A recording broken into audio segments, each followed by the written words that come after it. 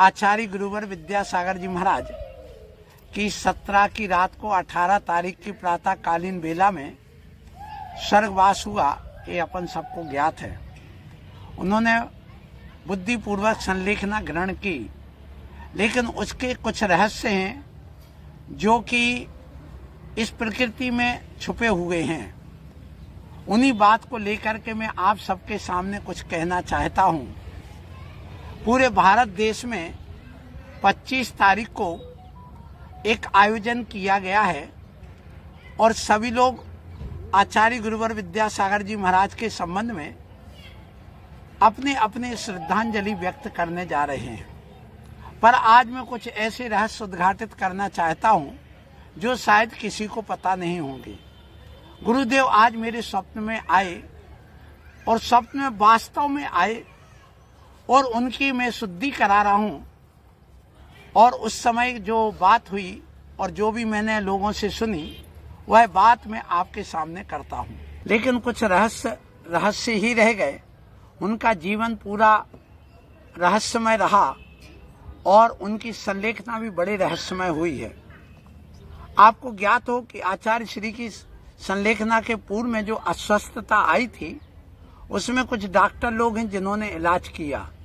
सबसे पहले मैं बताऊं डॉक्टर अनिल सिंह सागर के जिन्होंने इलाज किया। इसके अलावा पूर्ण आयु के डॉक्टर स्वप्निल जैन जो प्रिंसिपल हैं और डॉक्टर गौरव जैन जो भी पूर्ण आयु में हैं। इसके अलावा डॉक्टर सुहास जैन जो कि बम्बई के हैं, डॉक्टर मिथिलेश जैन जो कि नागपुर के हैं और डॉक्टर अनुज जो ग्वालियर के हैं। ऐसे बहुत सारे डॉक्टर आए आचार्य श्री के पास और सबने इलाज किया। और अंत में आपको मालूम हो कि आचार्य श्री ने संलेखना क्यों ली और कैसे ली, ये रहस्य मैं आज उद्घाटित करना चाहता हूँ।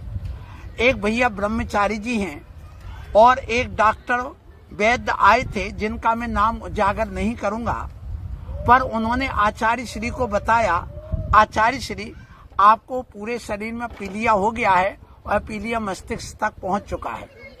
आपकी छोटी आंत बड़ी आंत के बीच में जो पित्त निकलना चाहिए वो निकलना बंद हो गया है, इसलिए अब आपकी आयु ज्यादा नहीं है।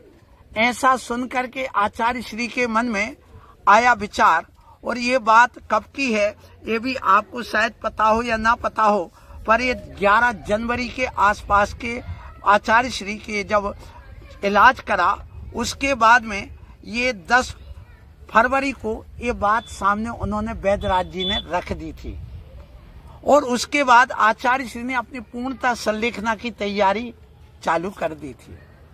इसलिए आपको ज्ञात हो कि ऐसे जो आचार्य श्री को जब ये पता चला कि अब मेरी स्थिति ठीक नहीं है, यद्यपि वो जान रहे थे अंतर्यामी अपने आप को स्वयं को जानते हैं समझते हैं, तो ये बहुत सारी बातें आई। डॉक्टर राजेश जैन भी भोपाल वाले हैं, वो भी पहुंचे और उन्होंने भी आचार्य श्री से बहुत निवेदन किया कि मुझे आपके पेट पर हाथ रख लेने दो। आचार्य श्री ने कहा नहीं, ना मैं ब्लड दूंगा, क्योंकि जब हम स्वयं केस लॉन्च करते हैं और जो ब्लड एक खून का बूंद भी निकल आती तो हम लोग उपवास करते हैं, तो इतना सारा ब्लड हम क्यों दें, इसलिए ब्लड देने से आचार्य श्री ने मना कर दिया। फिर इसके बाद हुआ ये कि एक ब्रह्मचारी जी हैं जिनका नाम मैं अभी उजागर नहीं करूंगा, लेकिन इतना अवश्य है कि जब ये आचार्य श्री को भान हो गया, ज्ञात हो गया कि अब मेरी स्थिति हमारे बस में नहीं रही और स्थिति बिगड़ने वाली है, इसलिए उन्होंने जब ये जानकारी ली और लोगों ने भी जानकारी लेना चाहिए, तो ब्रह्मचारी ने कहा महाराज श्री आपकी स्थिति को देख करके अब लगता नहीं कि क्या होगा आगे, संघ का संचालन कौन करेगा। तो आचार्य श्री ने उस समय कहा मुझे कोई चिंता नहीं, मुझे कोई चिंता नहीं किसी प्रकार की, क्योंकि मैंने कुंडलपुर में सब कुछ कर दिया है, सारे संघों का विभाजन कर दिया, बहुत बड़ा संघ है, इस संघ को एक साधु नहीं संभाल सकता है, इसलिए मैंने गणधर जैसे अलग अलग निर्यापक बना दिए हैं और छोटे छोटे टुकड़ों में लगभग 9-10 हमने संघ बना करके निर्यापक बना दिए हैं। मैं इन सब से मुक्त हूं, मुझे कोई विकल्प नहीं। इस बात को लेकर जब निर्यापक बन गए हैं तो मेरा मन ये कहता है कि देखिए एक तो प्रमुख आचार्य बनना चाहिए, जो कि आचार्य गुरुवर विद्यासागर जी के पट्टाचार्य के रूप में हो। और जो सुनने में आ रहा है समय सागर जी, मुझे बहुत पसंद नाम आया, सब कुछ है और सबकी सहमति भी दिख रही है। लेकिन जो आचार्य श्री की कल्पना रही कि हमने संघ के विभाजन कर दिए, बहुत बड़ा संघ है, गणधर के रूप में अलग अलग कर दिए हैं, तो इन निर्यापक मुनि को या तो निर्यापक आचार्य के रूप में या बालाचार्य के रूप में या कि उनको आचार्य कल्प के रूप में सबको स्वीकार करके और संघ को भी स्वीकार करके एक कार्य आगे बढ़ाना चाहिए, तो बड़ा अच्छा होगा। ये मेरा अपना व्यक्तिगत सोच है, व्यक्तिगत भावना है। कही कि वैद्य ने कहा था, वो तारीख 6 फरवरी की थी और 6 फरवरी को ये बात आई थी कि महाराज आपकी आयु अब बहुत कम शेष बची है। फिर इसके बाद में ये उसके पहले यहाँ एक और प्रसंग आया कि आचार्य श्री जब एक पंच कल्याणक कराने गए थे, उस समय एक उनके लिए अंदर से कुछ मृगी जैसा एक झटका जैसा आया और उस समय उसको मृगी का अटैक कहिए, झटका कहिए, गहल भाव कहिए, कुछ भी आप कह सकते हो। फिर उसके बाद में जब वो देखा तो उनको सोडियम की कमी हो गई है और सोडियम की कमी से ऐसा उनको महसूस हुआ था, ये डॉक्टर लोगों का कहना था। फिर हुआ ये कि जब वो आचार्य श्री के संबंध में ये महासागर जी महाराज ने कहा, महाराज श्री मैं आपसे चंद्रगिरी लेके आया हूँ पुनः, और आचार्य श्री ने देखा, समाधि के पहले हाथ जोड़ा और भगवान के दर्शन भी किए और जब जयकारा का घोष किया बड़े बाबा का, तो महाराज ने हाथ जोड़ करके पुनः नमन किया। ये संलेखना के कुछ ही समय पहले की बात है। इसका मतलब ये है कि आचार्य श्री पूर्ण स्वस्थ और बहुत अच्छे ढंग से जागृत थे और सावधान भी थे। फिर मैं आपको एक चीज और कहना चाहता हूँ कि जब आचार्य श्री के सामने जब डॉक्टर से पता चल गया कि वैद्य से कि अब मेरी आयु बहुत कम है, उनको महसूस होने लगा पूरे मस्तिष्क में भी वो पीलिया फैल चुका था। इसलिए आचार्य श्री ने कह दिया, 4 दिन पहले जब अंतिम 1 अंजलि आहार लिया था, उस समय कह दिया मेरे पास संघ का कोई साधु नहीं आएगा। फिर इसके बाद ये बात आई, मेरे पास कोई साधु नहीं आएगा, कोई शिष्य नहीं आएगा, सिर्फ कोई वैद्य डॉक्टर उपचार की दृष्टि से यदि कोई आते हैं, वैयावृत्ति की दृष्टि से, तो उसमें कोई निषेध नहीं है, बाकी मुझे आप किसी से कोई मतलब नहीं है। ये बात वहां पर सामने आई। ये जो पीलिया हुआ था आचार्य श्री को, वो इसलिए हुआ था पीलिया कि आचार्य श्री की जो बड़ी आंत छोटी आंत के बीच में जो पित्ताशय होता है, उसमें जो पित्त निकलता है, उसको पचाने के रसायन जितने भी होते हैं भोजन को, वो निकलना बंद हो गए थे। उसके निकलने से, बंद हो जाने से क्या होता है कि वहां पर वो पूरे शरीर में पीलिया फैला था।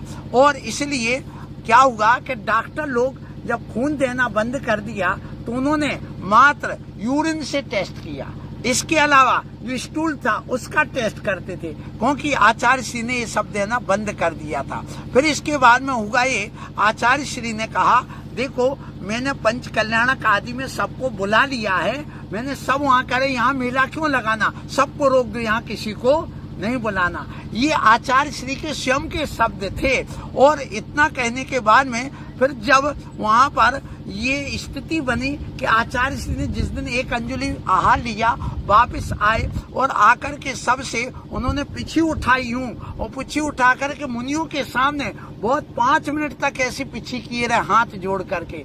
ऐसा लग रहा था जैसे आचार्य श्री सबसे क्षमा याचना कर रहे हो, ऐसा वहाँ महसूस हुआ था।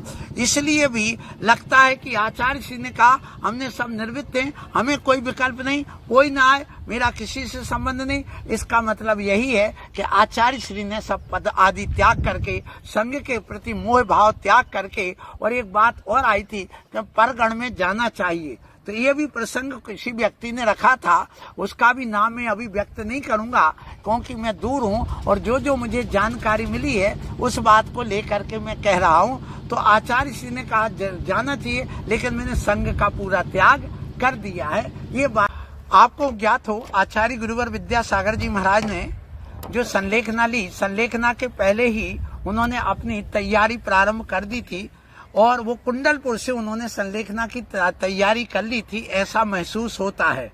क्योंकि जो 12 साल की संलेखना ली जाती है, जो जिस ढंग से संलेखना की तैयारी होती है, उस समय में ऐसा लगता आचार्य श्री ने, ये मेरा अपना सोच है, उसी समय से उन्होंने तैयारी की है। इसलिए संघ का विभाजन और निर्यापक मुनि बनाए, सारे आरिकाओं को उन्होंने अपना मार्गदर्शन दिया, प्रतिभा स्थली को मार्गदर्शन दिया और अपने साथ मात्र 4 साधु रखे। वो इसलिए रखे थे कि यद्यपि 48 साधु के बीच में संलेखना होती है, तो 48 साधु जब नहीं हो तो कम से कम 4 साधु तो होना ही चाहिए।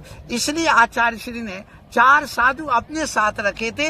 वो संलेखना में संबोधन आदि के लिए जो विधि है संलेखना की, उसका उन्होंने पूरा पालन और निर्वाह किया है, ये सिद्ध होता है। इसलिए उन्होंने 4 साधु अपने साथ रखे। इसका मतलब उन्होंने अपनी संलेखना की पूरी तैयारी कर ली थी और उन्होंने गण पोषण काल किया, फिर इसके बाद निवृत्ति काल को पूरा करके आत्म साधना का काल उत्तमार्ग जो अंत में आता है, उन्होंने उसका पालन पूरा आगम के अनुसार किया है। इसलिए बड़ी खुशी और बड़ी प्रसन्नता है। दुख जरूर हुआ बहुत ज्यादा, अब लेकिन दुख नहीं होता है, क्योंकि आचार्य श्री ने पूरा अपना धर्म का और हम सबको जो रत्नत्रय का पालन कराने का जो उपदेश दिया है, वो हम लोगों के जीवन में है और वो सदा बना रहेगा।